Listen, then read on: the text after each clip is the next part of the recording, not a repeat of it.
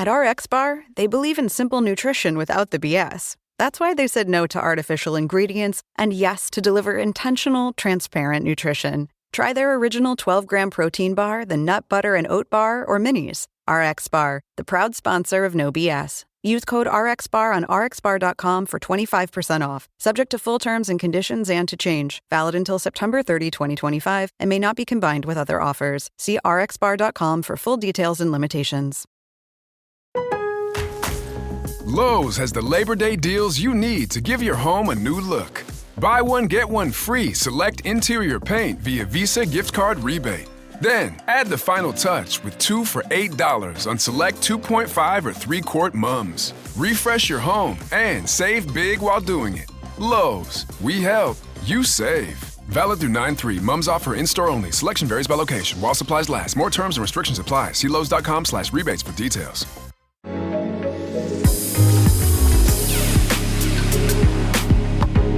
Splish splash, I was bitching a bath. All about a bitch today night. Uh-oh, it's the end of summer. It's almost Labor Day. Are you ready for the summer to continue? Don't worry.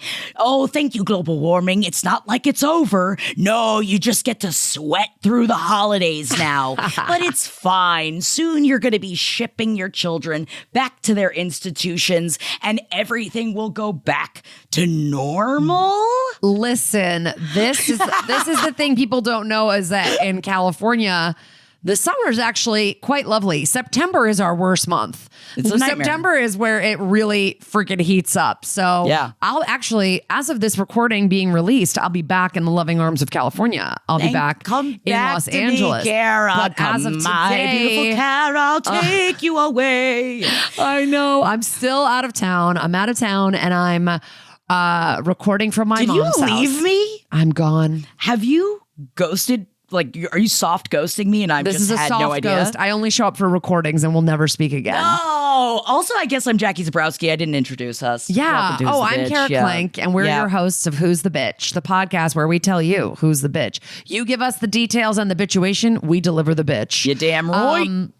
And this is a end of, I guess, like an end of summer kind of episode. Labor Day's coming up this weekend. I'm fine with it. You're a summer baby. I'm so not a summer baby. Yeah, you're just like waiting for it to, you're just waiting for spooky season to unleash. I want it to be spooky and I want it to be cold. I Yeah. like to live in the shadows. And that's why you moved to Los Angeles. It's just, the it's land horrible. of perpetual sunshine. I love California so much, but man, the day to day, like everything is beautiful and the sun is shining. And man, I would give anything for just a dreary, cold I know shit once in a day. while you get like a rainy kind of cold day in like maybe January in LA and you're like, now this is what I'm talking about. Like At least one day. us East Coasters, we're like begging for it. I just want a day where I can like sit inside.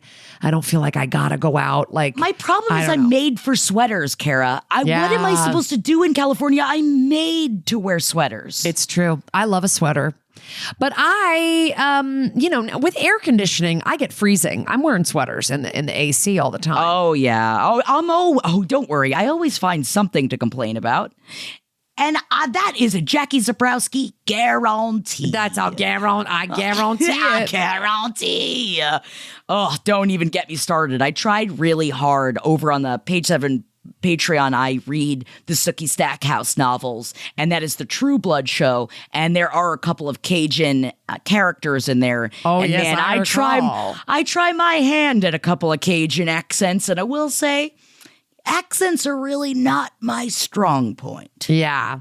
But it's good to know what your highs and lows of career can be. And here I am sitting upon my Mount Olympus here at Who's the Bitch because I love talking to people and I love giving advice. Man, I just don't know how to keep my mouth shut at this point. Yeah. I'm really becoming such a yenta in my life of just like, I feel like, oh, you got something to say? Oh, I've also got something to say. And I didn't need more of a reason to like up my 25% of a bitch. I've been really up in that percentage, Kara. Yeah. When we're hot and sweaty, we're more bitchy. Trust. Oh, the chub rub is real, y'all. Oh God, chub rub. So everybody says deodorant, slighted. but does deodorant, I feel like deodorant doesn't really do anything for my chub rub. I think it depends on what kind of deodorant you use. Like I used to use a soft solid, like Secret soft solid, and that would kind of like that worked Give it a little glide. bit. But there's stuff that you can buy now for it, like actual like a thigh stick. Marathon runners use it and stuff because it's like, because you get chafing after. Oh my God, the nipples blood. The nipples blood. God. I think it was Holden telling me about he did a marathon once and he didn't cover his nipples, and you're supposed to cover your nipples because then by marathons the end sound like just the slowest torture. I used to do a stand-up joke about it. Go listen to my album. I mean, I just can't. Like, it's there. They sound awful. Yes. And in exchange for, I don't know, some kind of like 5-minute endorphin rush that maybe you get at the end. I don't get it. But no, I guess there's something to training and accomplishing a goal, but it couldn't be me. Yeah, something. I heard something about that. I don't know. Well, listen, speaking of torture and crime, let's get into our calls. And what is today. about to happen, Kara? We got kind of a juicy one. We got kind of a juicy email, and I'm going to read it to you now. Okay. You got Hi, Kara and Jackie. Long-time last podcast on the left listener and new to the Who's the Bitch podcast, and I love it. Welcome. My name is Vaya. The name has been changed. So I've been wanting to get this off my chest for a while, and I'm wondering if I'm the bitch. So I used to work at a deli making sandwiches, cutting meat, frying chicken, and being the go-to barista. I grew to know that deli like the back of my hand. My manager, Kelsey, was a hard ass, but she recognized my hard work so much that she made me shift lead. But we were constantly going through people because my manager was being a bitch to everyone she hired. One day, she was telling me about a new hire she was going to interview, but he had a criminal record. Her quote exactly was, quote, "If it ain't for touching kids, then I want him," end quote, which made me nervous. But around my city, there are a lot of people with records, so I'm thinking DUI or something minor. Well, next thing she tells me, this guy is hired. Let's call him Dustin. And he was from Texas, and my manager, Kelsey, loved his accent and thought he was just so dreamy with his charm. I saw his name on the schedule, so I did what any true crime junkie would do, and I look him up. To my shock and horror, he was convicted of rape and murder of a disabled woman that had no chance of fighting back. With this, I mean, this is the darkest Who's the Bitch has ever gotten. Oh my God. With this information, I freaked out because I finally met this dude and he was prison jacked and his eyes told me he was a predator. So I just tiptoed and kept to myself. Found out from one of my staff, Dustin was telling people that he got into a drunken argument with someone and it turned sour, and that's why he has a record. I scoffed at this, to which the other coworker picked up on and asked me if I knew anything. I just shrugged and said, the internet is free, not thinking about what I said. Next thing, well, that's what I would say. You're not gossiping. The internet's free. Get out there and do your own research. Next thing I know, I'm being called into the manager's office above Kelsey, so this is a manager above Kelsey, saying I'm spreading rumors about the new hire, Dustin, and I'm being written up for spreading personal information, to which I was not, and it was another coworker that didn't like Dustin off the bat, not the one I said the internet is free comment to. And I had no way to clear my name. So it got back to Dustin that I knew what he did. And I had to tell him that, yes, I did know, but didn't spread any rumors. By the way, they're not rumors when they're fact. And that I am a shift lead and more professional than that. But I could tell that now he had his eye on me. From there on out, we hired a couple new people, one kid that was a great, good, solid worker, and a lady that had half of her foot amputated and had a lot of disability. Well, Dustin chose to pick them off first, using his southern charm to feed sweet venom into Kelsey's ear, and the new hires were no good. Kelsey was starting to treat them like absolute garbage, and Dustin personally went after the lady with the foot, making her cry every shift for constantly dogging on her work. And both of these new employees ended up walking out. Oh my God. Next, he set his eyes on my position. My husband got deployed and I had to change my shifts, to which Kelsey was totally fine with, but behind my back, she let Dustin's influence get to her that I should be demoted from shift lead, and gave him that position to help his image, and he was in a position of leadership. Next thing you know, I find out directly from Dustin that he's the new shift lead. No. And hope I don't take it too hard. My blood started to boil. Like Kelsey couldn't even tell me herself. I felt like I was nothing. I had everything ripped from me by this new hire that was only there for months while I was putting my blood, sweat, and tears into this deli for years. Slowly, I was cut down on my hours and they kept changing my schedule so much that I was constantly coming in late. One day, Dustin snapped on me when it was just the two of us working, saying he was never late and was always on time and that I was a useless woman that didn't belong. I felt scared for myself and my mind went to, will I disappear like his victim and my babies will grow up without a mother? So I'm wondering if I'm the bitch for finally saying enough is enough and walking out. I had a bunch of coworkers that I was friends with, and I served a lot of elderly customers that I felt like were my own grandparents, and I abandoned my position and all the hard work I put in that deli. Currently, I'm working at a dispensary, rolling joints as I write this, with flex hours and a boss that understands family values, but I still feel guilty on how I left everyone hanging at my deli. Love you, Jackie and Kara. Your advice brings me great joy. Girl, good for you. I think you good for you. You moved good on. For you. Good I mean, for please. you. This is like the, I mean, Jesus Christ. I cannot believe that this woman was making you work with somebody that's been convicted of a violent crime. To that extent, because like as someone that used to, and you know, I of course I always put myself in the position just because specifically I lived and died for the pie shop that I ran, and I completely understand feeling that way. And so I'm thinking about being in that position in that place and how I would feel if I had walked out on it. Because here's the thing. I am so proud of you because it is very difficult to advocate for yourself, especially when you're giving up a job, especially in this fucking economy, when we don't know how we're going to get another job. And how I'm very proud of you for taking care of yourself because it is a scary, vulnerable thing to do. And you already got another job, and fucking good for you. I would say, honestly, again, putting myself in that place, I probably would go back to the higher ups at some point or give them a call to let them know that it's not a good working environment, and to, I think, further explain to them what exactly is going on. Because then at that point, you're not being a narc because you don't work there anymore, but you do also want to, it's not on you to protect the other people that work at that store. It's not. You don't have to make this phone call. I'm just saying if it would make you feel better for like leaving them all in the lurch, I would call to explain further, but that's just because I am a guilty ass Nelly, and I definitely would feel exactly the same. I'd just be like, but all of my friends that work there, but what about them? I would maintain contact and friendship, because here's the thing. Any friend that works there of yours that watched you do that should not only understand what you did, but support what you did. Yeah. I just can't believe that this deli, where you say you serve a lot of elderly people, was like, let's put a convicted rapist and murderer of a disabled person in a position of service to them.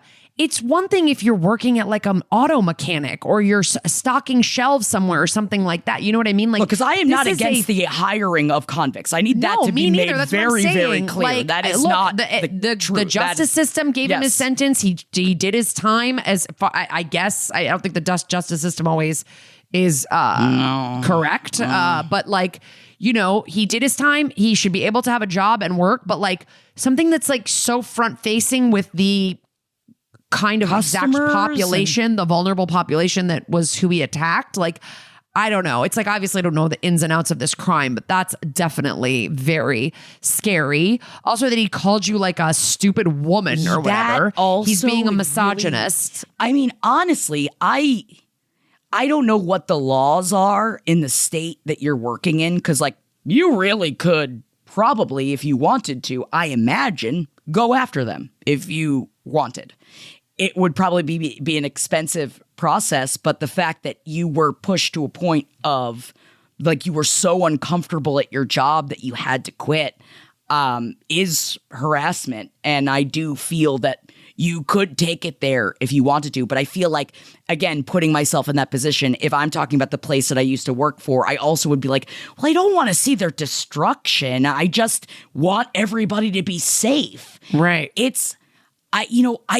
not to give Kelsey the benefit of the doubt, but I do like wonder, was she nervous because there wasn't enough like proof to just fire the, even as I'm saying that, I'm like, I don't even think it sounds like Kelsey wanted to fuck this guy. I mean, honestly, the details or didn't want to hire somebody else. I can only go with the details that I'm being given, and it sounds like Kelsey thought this guy was like hot. He's jacked, and he seems dangerous, like a bad boy. Either that, or I am also someone that has hired for a place like that before. And when you hire someone that it's like, okay, you're making everybody uncomfortable, and I'm talking about years ago, you're making everybody uncomfortable, but you're really doing the job and you're really trying to get ahead and you're doing a bunch of work and you're taking on a bunch. And it is, I'm going to say it, sad that as a manager, you could see that and be like, but he is getting a lot of work done. Yeah. And I really need to get, like, that's my only defense of Kelsey is that, or maybe she wants to bang him. At some point you have to just like decide what outweighs more, the productivity or the climate that they're creating. The safety of your, of the people that work there should be your first and foremost. But you sound like a person that like takes on a lot of like personal, you take a lot of pride in your work and you felt like you were helping people and stuff, but like you were miserable there, and you have to look out for yourself when it comes to your work. You know what I mean? Take care of you. Nobody's going to take care of you for you. And you sound like you're in a great situation now. Congrats on the weed joint rolling. Roll That's those amazing. Joints, yes. Roll those go be joints. A bud tender. Go talk about weed all day. It's great. Maybe this will make you find other people and open up a whole world for you that you never knew was possible. Maybe this was the change you needed. Yeah. Should go. I was going to say, if you're asking for the petty patty advice, I'm like, go to their Yelp page or go to their Google Maps page and leave an anonymous review. But be careful because Google does put your name, about how you heard that there was a convicted murderer working at the deli. But oh my God, it's just like the crime is so horrific. It's not like it was just like, oh, I was 18 and I got into like a bar fight and I punched someone. Like because like you're right. Even like with aggravated assault, it's like, okay, well, how long ago was it? Like what happened? What was the situation? Let's talk about, it's just, but a convicted rapist and murderer. Kind of hard to see where that, kind of hard to see how that maybe was justified in any way. Yeah. All right. Well, thanks for writing in. I hope you're enjoying your job at the joint. I keep sounding like an old lady. At the joint marijuana store. Oh, is it a marijuana store that they make those jazz cigarettes is what I hear they've been using. Save big during Labor Day at Lowe's. Get up to 40% off select major appliances. Plus, buy more to get up to an additional 20% off. Shop even more savings with 3 Stay Green 1 cubic foot vegetable and flower garden soil bags for $10. This Labor Day, take care of your home for less at Lowe's. We help, you save. Valid through 9/3. Soil offer excludes Alaska and Hawaii. Selection varies by location. Select locations only. While supplies last. See Lowe's.com for more details. KFC presents a tale in the obsessive pursuit of flavor. Colonel Sanders spent decades perfecting his spicy wings and his fluffy potato wedges, but as soon as all of America fell in love with them, we took them off the menu. Yeah, it doesn't make much sense to us either. The Colonel lived so we could chicken. Backed by obsessive demand, the bold flavor of KFC's spicy wings and fluffy potato wedges. Come and get them. Prices and participation may vary. Only available while supplies last. All right. This one also involves a little bit of a prison situation. Let's listen to this Convict episode. Convict episode. Thank you for calling. Who's the bitch? Tell us in the voicemail who's the bitch. Beep. Hey guys, I'm a fan from a small town in a even smaller state, and I'm not even really sure why I'm making this call to a certain extent, but I guess I really just want some clarity on this situation. So, like I said, I grew up here in this small town, and there was a scene involving skateboarding in this small town that me and a large sum of my friends all met through. And we also, happened to dabble in some illegal activities involving selling illegal substances, if you can get what I mean from that. Nice. And so we kind of always lived a sort of, dangerous kind of life. And it caused us to get involved with people who maybe aren't so quote-unquote savory. So, what you call your friend and what you mean is your friend kind of becomes a different thing. Sure. After a certain while. But basically, I had this friend who I did have a lot of love for, but he was just kind of an idiot, and he would do a lot of very stupid things that I didn't agree with, and would end up getting locked up a lot. And recently, he did something where he stole a rental car and drove like halfway across the country with it, got picked up and had a young girl with him, and went to jail for a while over it, about 5 years from what I'm aware. I'm not even sure if I say all this, but he went to jail for about 5 years, and he's just done other things. And in that 5 years, I've done a lot of growing, and I've done a lot of changing in my life. And I have a house now and a girlfriend who I love very much and who loves me very much, and two really, really amazing roommates and friendships that I could never replace. And this guy, he just is a loose cannon, and, I don't know how much room I have for him now in my life. And now he's out, and he's making so many attempts to reach me through mutual friends and stuff, and I just kind of have been very cold to that and haven't responded or shown my face to him at all. And I just feel kind of guilty about it. But the truth of the matter is that I am kind of just scared of this guy now. I'm not really the same person I was back when I knew this person. And I don't know if that's necessarily the right way of handling it. I also want to say another kicker to the situation is, in that time that he was in jail, I came out to all of my close friends and network as trans, and I'm slowly going through a transition. Congrats. And I just don't know how well that's something that he would take, and I don't know. There's just so much to the situation that's like, it seems like it's above my head. It seems like there's no reason to put any effort in to reviving a friendship that I don't think I can really get much out of. I guess I just want to know, am I the bitch for not trying to give this guy another chance? He also has a young kid that I'm not even sure what the situation is with her anymore or anything. And if it puts you into perspective, that situation, I'm 23 years old and he's younger than me.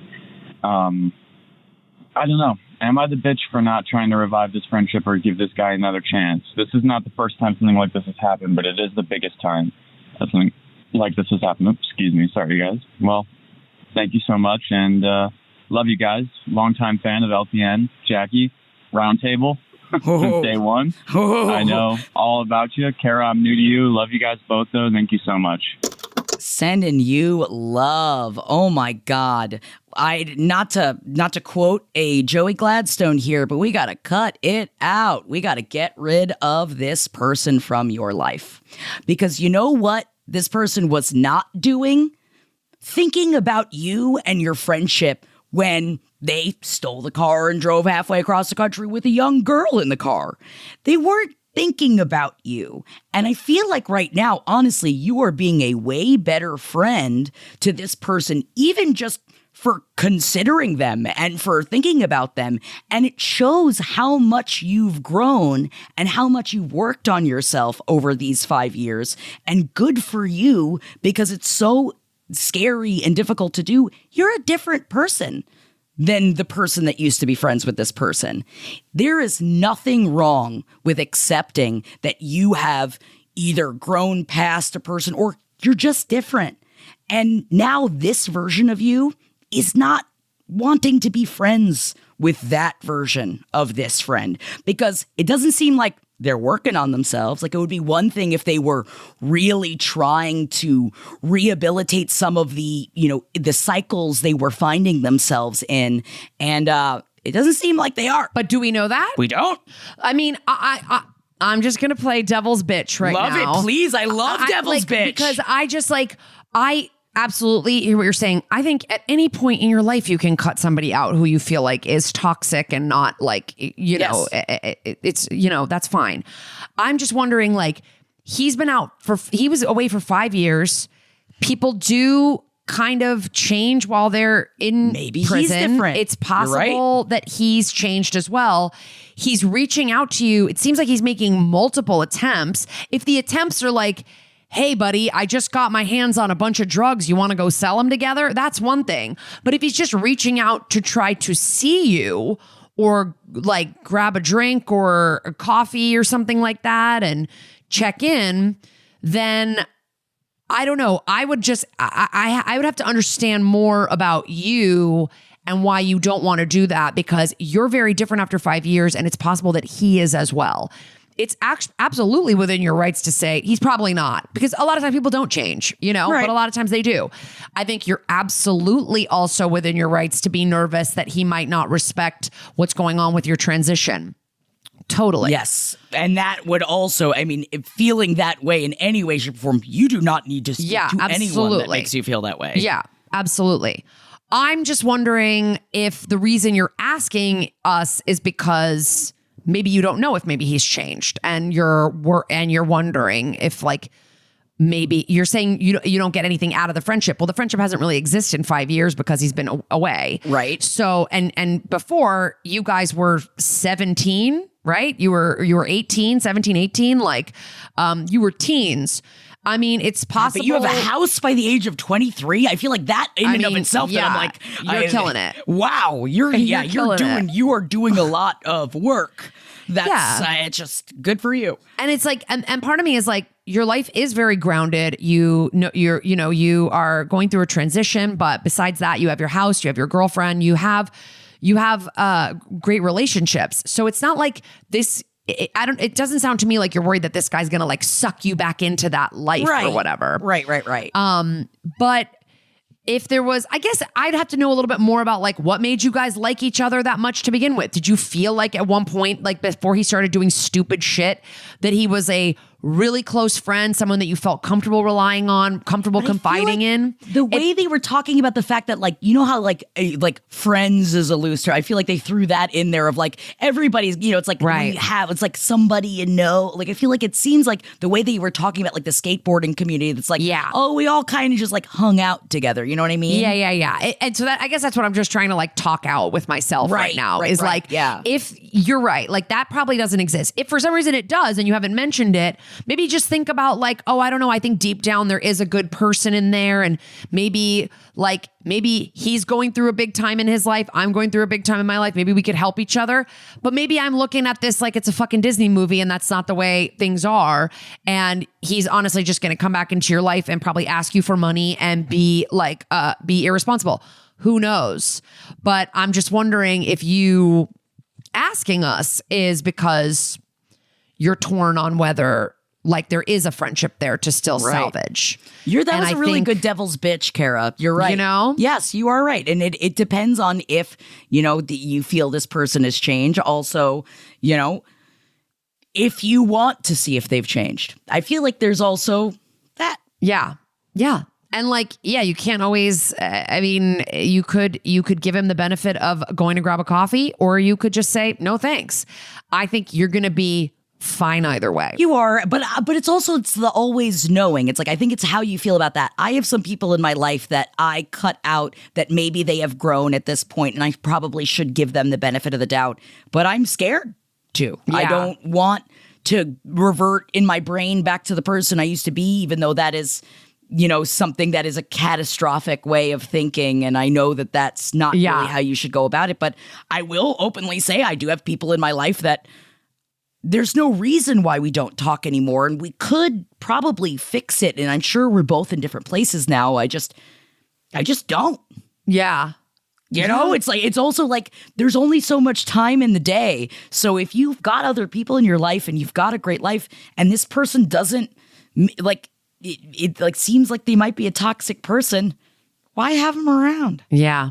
So I guess love a devil's bitch. Yeah. I guess, part of me is just like, think about like the time that you spent with this person. And if, like you feel like you want to give him a chance but it doesn't sound like you need another friend in your life right now. I do feel bad. This guy's reaching out to you a lot of times. That makes me like whenever like I see people like making multiple attempts, I'm always like, oh, well, they're trying, you know, also, especially coming out of prison and probably be feeling very alone and maybe having lost all of their support system. And honestly, maybe a few text messages would get you the information that you need. Like maybe you don't even need to meet up. Right. Maybe just texting and being like, hey man, what's up with you? How are you?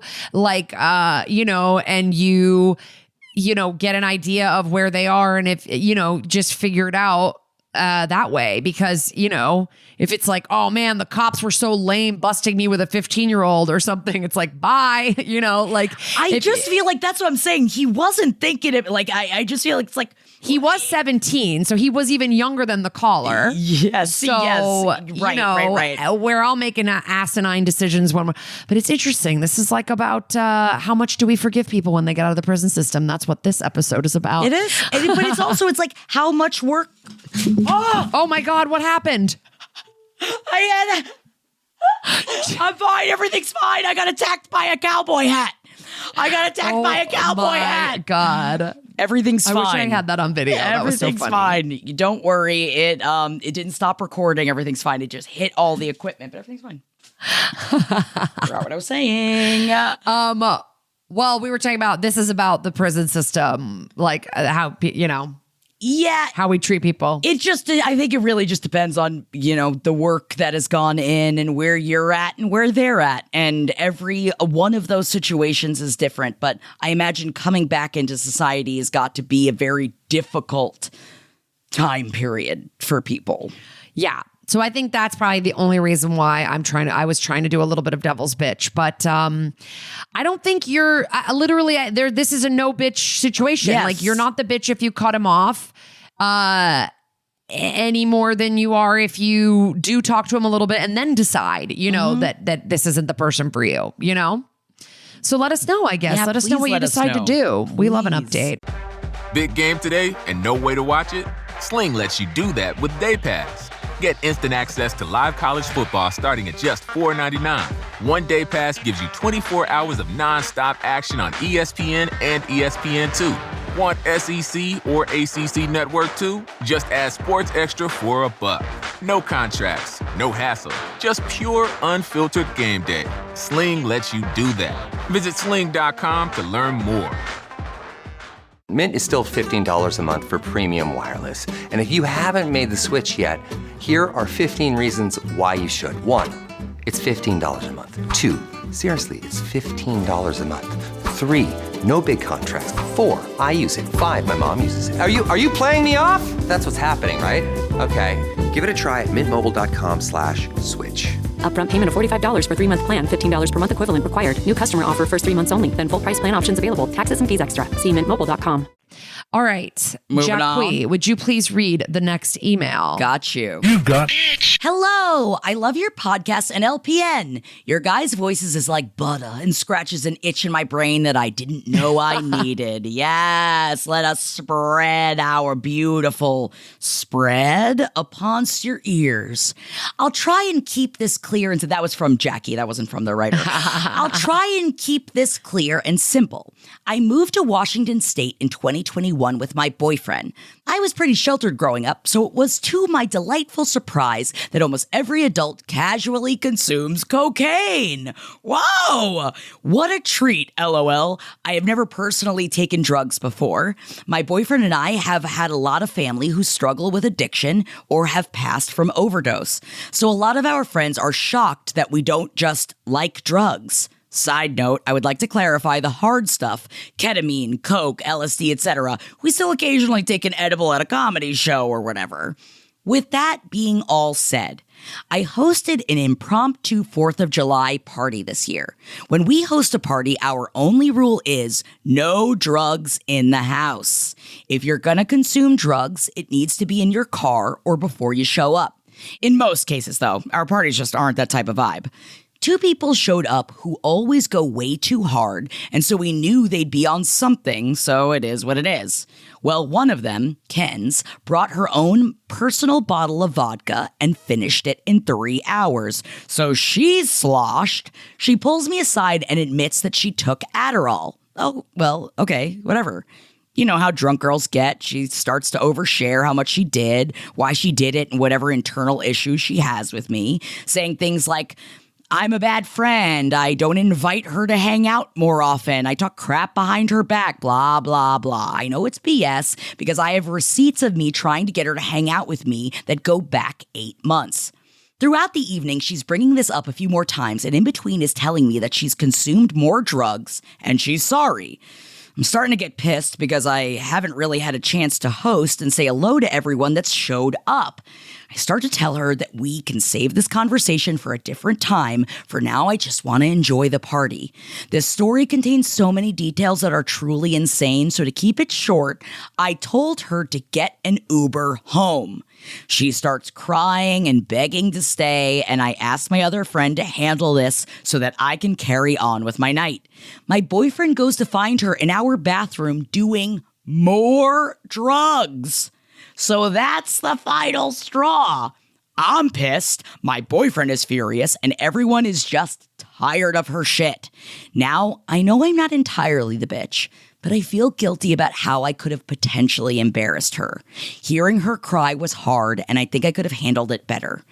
Anyways, let me know if you need more details. Love ya.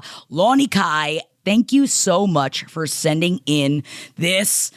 Ooh, baby. I think, man, as I was reading the email, I was like, oh, I've been at this party. Oh, I remember this party. Oh, I know my brother this. literally just had a party. I wasn't there, but my brother had this big pool party, and there was like a guest of a guest that came, and they had to fucking kick him out. They had to send him home in an Uber. Like, he was just too fucked up on drugs, like doing all, like, he unzipped this pool float that was filled with a bunch of tiny little styrofoam balls, and now they're like all over my brother's pool, and they're so annoying to get rid of. And I was like, where did these little balls come from? They were like, that guy we had to kick out of the party. And I was like, Jesus, like just making life annoying for everybody. And like, it's like, I honestly sort of feel bad when people get that fucked up part of me, because I'm just like, at this point, like, yeah, of course they're going to do more drugs. There's like the brakes are off, you know, like It's always been so surprising to me. And honestly, it's something that really impresses me about my sober husband. He is so good in situations like this. I've seen him on multiple occasions be at parties where someone is acting a fool, and he is always the kind of person that will like go talk him down. Yeah. Go sit and talk with him, hang pull him out for a aside. sec. Like, hey, why don't we go take a second and let's talk this down a little bit? Because I think, and that was something that I saw early on in our dating that I actually liked. I liked that. And this was with his friends. I'm not talking about like strangers. He wouldn't do it, but just like people that he knows. It was something that I was very impressed, because that is not how I used to react. And especially, I completely understand Lonnie Kai for reacting the way that you did, because especially when you're just frustrated and you've had it up to here, and literally the one rule is don't do the drugs in the house. I'm not even saying don't do the drugs. I'm just asking you to respect my home and my boundaries.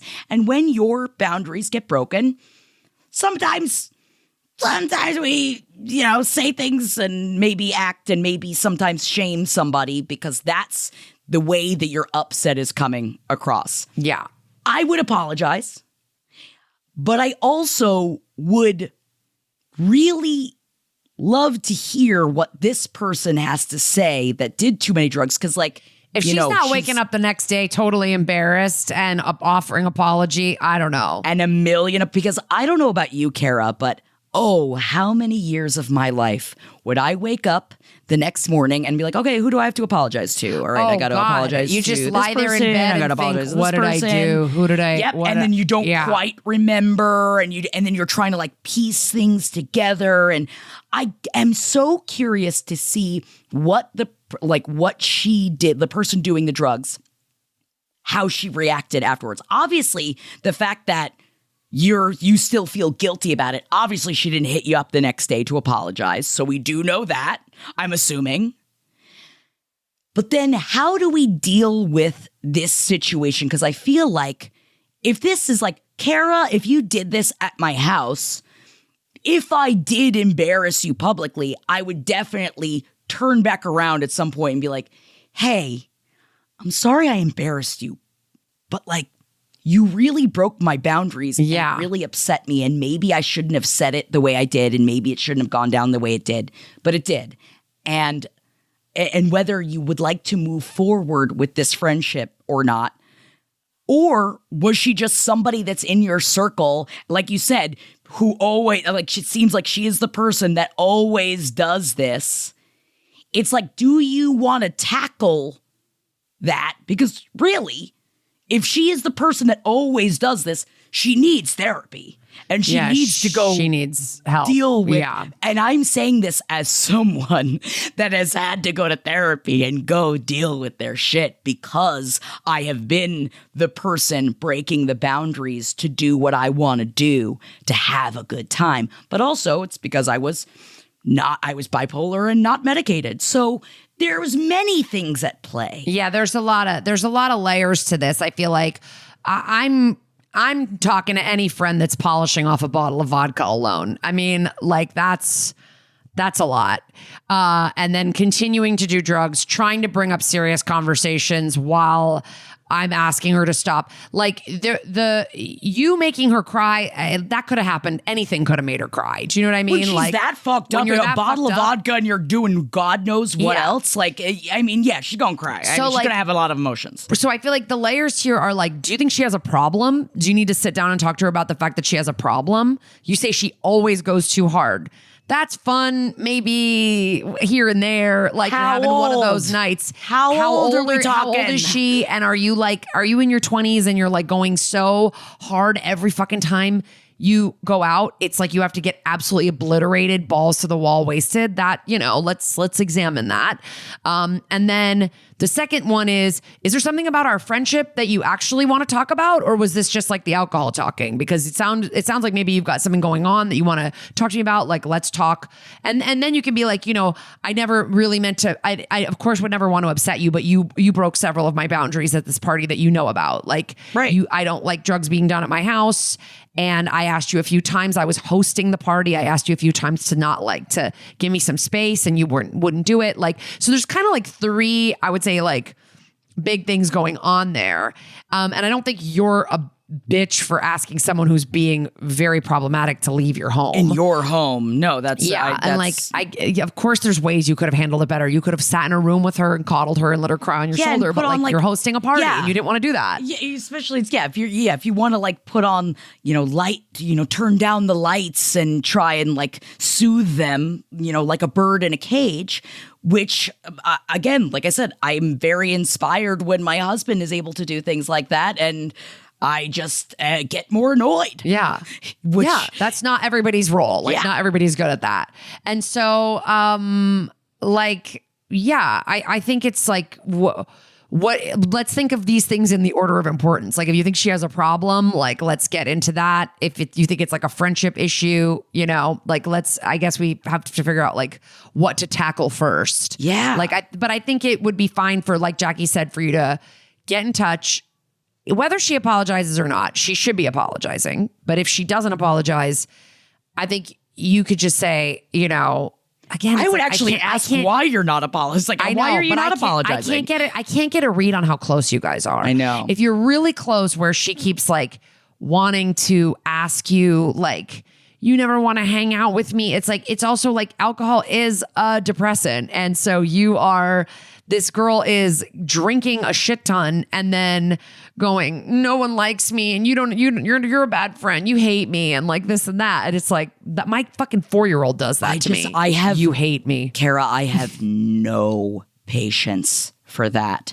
I have none. And I'm not from a child. I mean, kids can say that whenever they want. I mean, for adults to act like that, where it's just like, say it to me then. You got something to say? I would appreciate it. I am a friend communicator. It's like, I am down to say something uncomfortable if it's just going to clear the air, it's like, that's the kind of friend I am. Yeah. And I honestly, I'm not even judging this girl, Ken's. Like, I was the queen of getting wasted so that I could bring an issue up to somebody. Oh, I was like the queen of, I would get drunk and be like, it feels like you're being like, not, like I would, whatever. And then you go the next morning, you apologize and you're like, but I'd still like to talk, I used to think in my old relationship that I literally couldn't have like a couple conversation or like something about emotions or a deep conversation unless I was drunk. It had to be a blow up. Yeah, I thought that there was no other way of communicating. So I mean, it's like a truth serum or whatever. Yeah. But it's just like, it sounds like, I mean, and if you're not as close as I think you are, and this is just a girl who comes to your parties and acts a mess, stop inviting her to your parties. I just feel like, because even the way Lonnie Kai said that, like, they always do this, but usually the people that come, it's not that vibe. I feel like they're not very good friends. And I'm assuming, I am, that one of the reasons why you're not very good friends is because she fucking gets like this. And maybe this is a part of the conversation. Yeah. So you have a conversation where it's like, listen, I don't invite you to hang out as much as you're right. I'd like, because you drink a bottle of vodka and do a ton of fucking drugs. And that makes me uncomfortable. I don't act off the wall. And especially, there's something about where it's like, because a person chooses to drink, you do you get drunk. The moment it starts affecting a person like me that is usually not drinking or other people, that's when it's like, hey, we got to talk about this. Yeah. I'm happy for you and I'm nervous for whatever. I hope you have the uncomfortable conversation. Or maybe you never talk to him ever again. I don't know. I feel like sometimes the world of Washington, at least my friends that are, it's like small communities though. So it's like kind of hard to get away from people. Yeah. Yeah, that's true too. That's true too. I mean, so that's why I would want to talk about it. But I think like also that is kind of, I think people who sometimes are dealing with like an addiction like this, it's like when they start to realize that like they're losing friends, that it's like, oh, maybe, I don't know how you get to like a rock bottom moment exactly, but you don't need to. I found mine. Yeah. You find it eventually. Yeah. Like, you know what I'm saying? Like, oh, wow, that is something, in retrospect, that's something that like my friend tried to tell me about a while ago. Right. She kind of distanced herself from me. Like, oh, wow. And then I have this other friend who did the same thing. And like, wow, you start to notice the pattern, Yep. So, and thinking it was always them. And then all of a sudden you start realizing, oh God, that was all me. Yeah. I mean, yeah, I would just like, try to have a conversation with her and stuff. But I think like for your future parties, like, I don't know, maybe she's not invited. I don't know. But you're right. Like small town vibes. I don't know what the deal is, but also let us know. Really? Cocaine's everywhere up there, huh? Interesting. Is that what's happening up there? I don't know why. I just would have assumed it would just be mushrooms and ketamine. I assume that's what I think of the Pacific Northwest. I think weed, ketamine, and mushrooms. But but I guess like cocaine. People do also test it. Yeah, test it. Can we please? I was just gonna say, it's very scary. Careful. The fentanyl shit out there is really scary. Please. I mean, cocaine was so in my 20s. I'm so funny that people are still just like casually doing it. It just was never fun for me. I was just awake at 7 a.m. Okay. Chain smoking. But didn't you love the reason to just smoke pack after pack of cigarettes? I did. Oh my God, I smoked so many fucking cigarettes in my 20s. Jesus, how are my lungs still working? Don't know. But okay, thank you so much for writing in and let us know if you guys have a convo and what comes of it. I'm interested always in the follow-up. Always. Okay, let's listen to this next voicemail.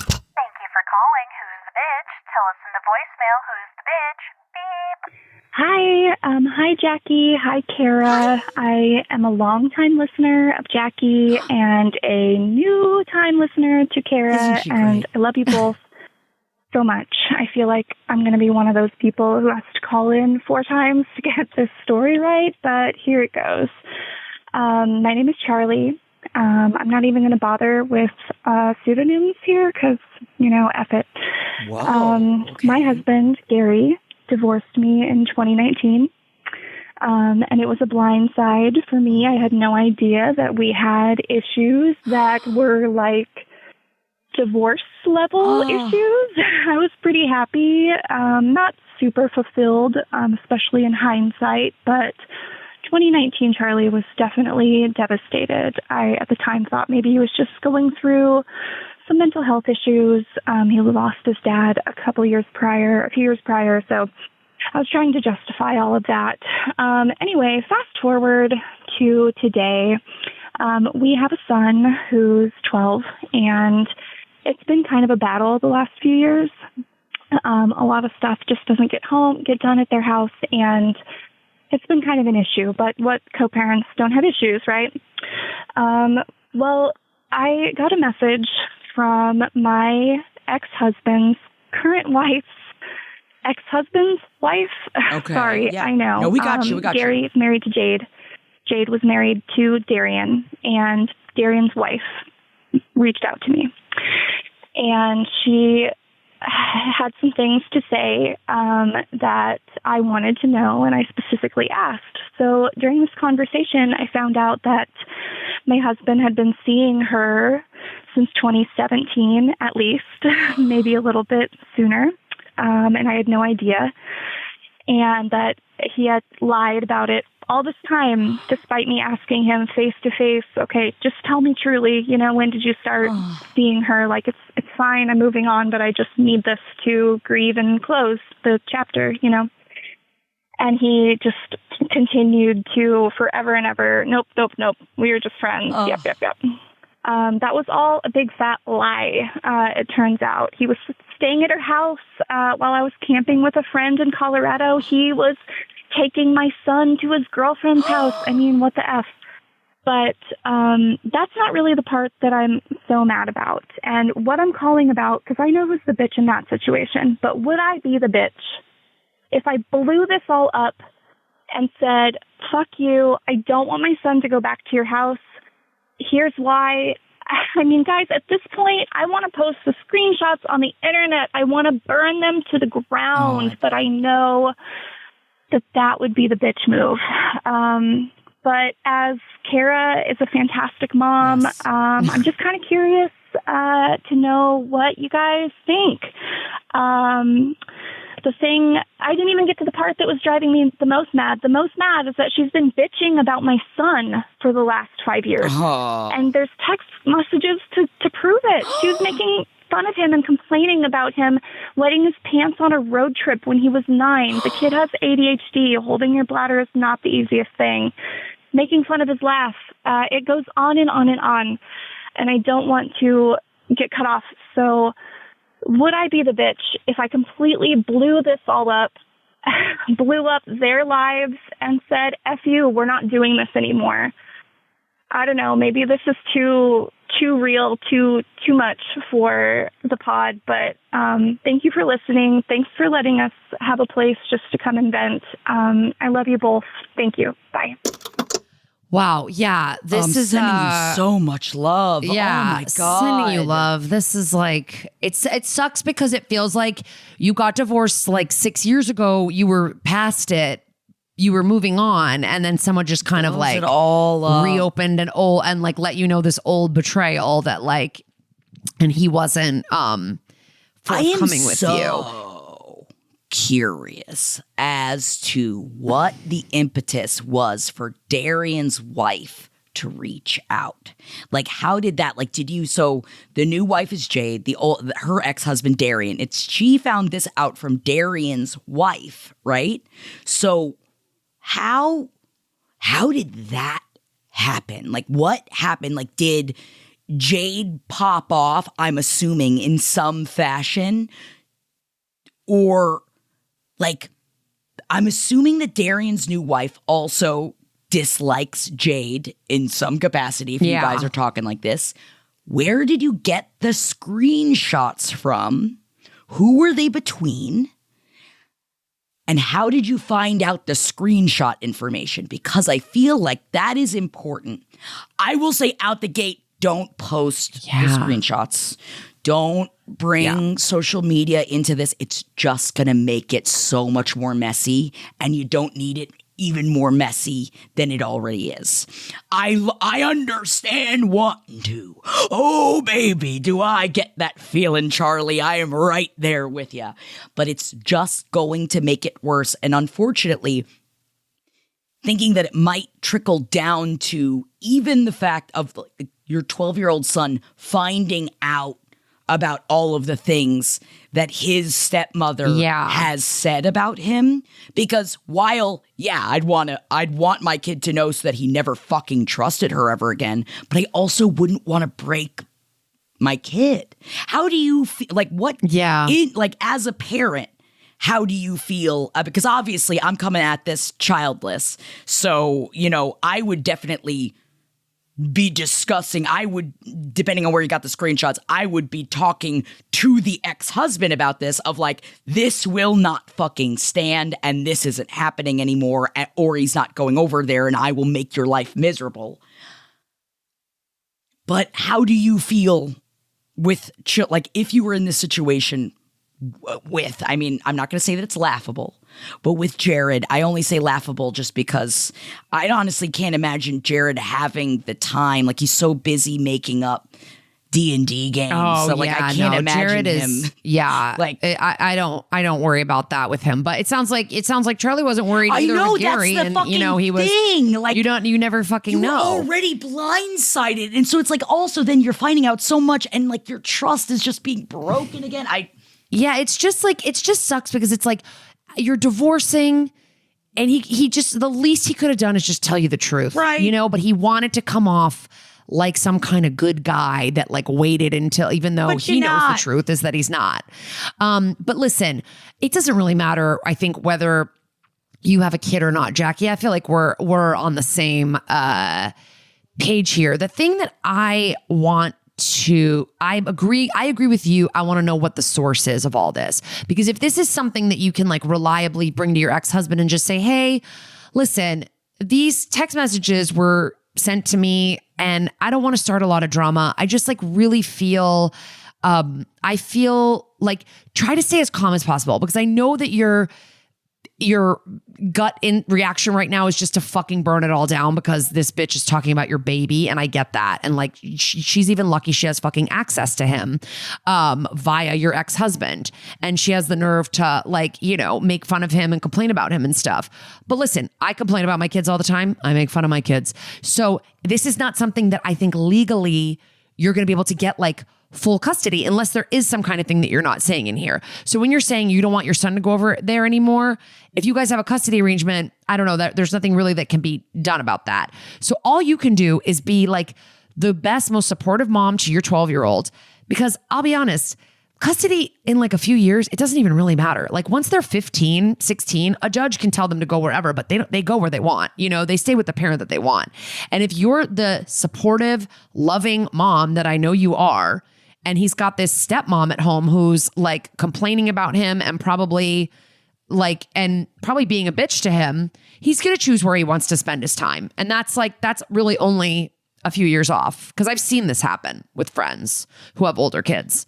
So I just think I think it's totally within your rights to just like, if you can credibly say where you got these screenshots and it doesn't start a whole fucking thing of drama with Darian and his ex-wife and this turns into a fucking episode of Young and the Restless. Right. You know what I mean? Like if you can just say like, somebody sent me some screenshots, like maybe you don't even have to send them to him, like of Jade like making fun of our son, like that really hurts my heart because she gets to spend time with him. And like, if you could just talk to her about that, like I really, that makes me feel really bad about letting her over there. Unless it was to escalate to behavior that you felt warranted you getting full custody, then of course go for it. But if it's like just these screenshots about her talking shit and then the fact that your husband lied to you, I don't know how you could justify just like taking him away from his dad the time that he does get with his dad at this point. Right. And you're already being gaslit at this point. And I feel like you popping off and going off the handle is only going to give them exactly what they fucking want. Don't give them that. This should be a as chill, calm as you can converse, but also direct conversation with your ex-husband.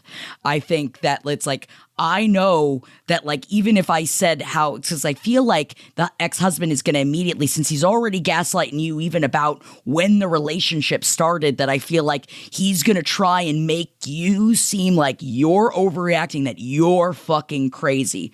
So don't give him an inch. Yeah. And like at this point, you don't need to confront your ex-husband about when the affair started. No, but it's about the this fact stuff, that he the took kid. your kid to the girl's house.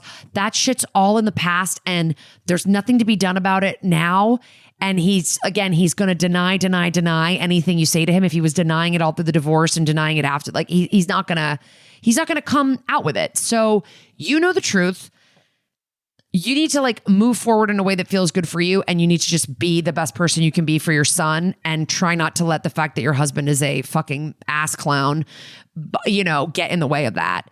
The only part of this that I think you might bring up, and again, pending the authenticity of the information or the pipeline of the information, is the fact that she seems to be saying a lot of really mean stuff about him to friends or somebody over text, and that concerns you. But even then, it feels like they're going to be like, well, somebody's got to complain. It's fine. Yeah. It's like, it's just sometimes you gotta, it's like, I don't trust the ex in this situation at all. And I just feel like I can't imagine having my kid go into a situation that you feel that your kid is not even emotionally safe in. And I can only imagine how disrupting and upsetting that is for you to have to deal with. I guess also question, how does your son feel about I was just going to say, check in with your son. Ask him how he likes his time over there at his dad's, like what his relationship with Jade is like not in like an interrogation type of way, but just like, casually in conversation. I mean, 12 is that's a kid that knows what's going on around him, do you feel you like going over there? What kind of things do you and Jay do together? You just get the idea.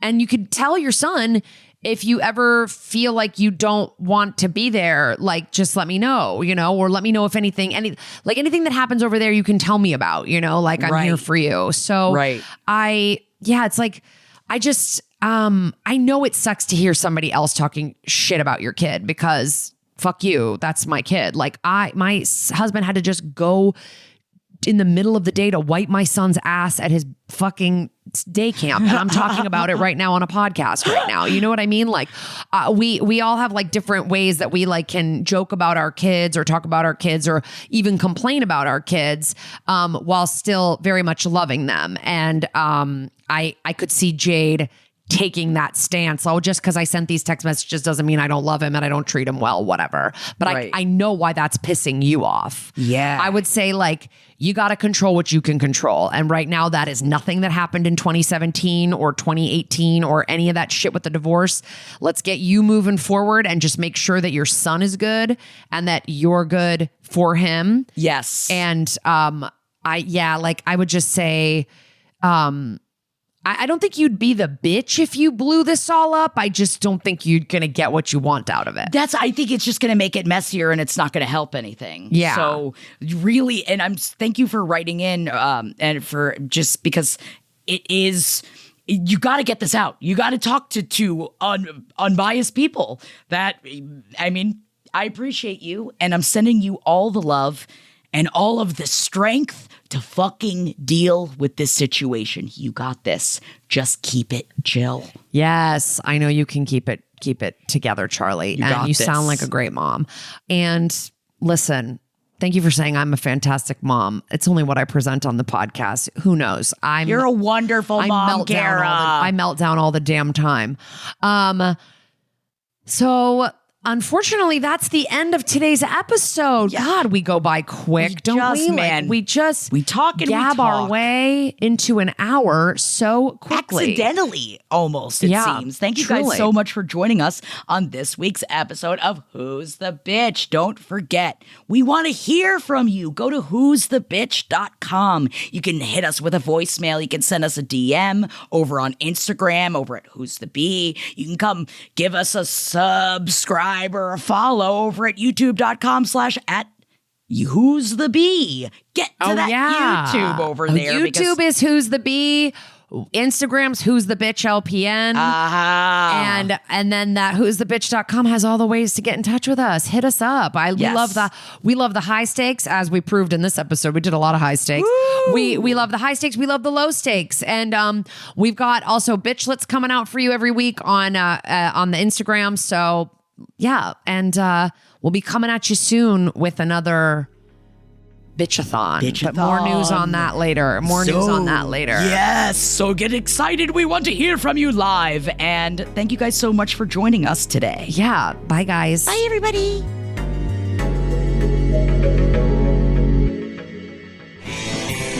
This show is made possible by listeners like you. Thanks to our ad sponsors, you can support our shows by supporting them.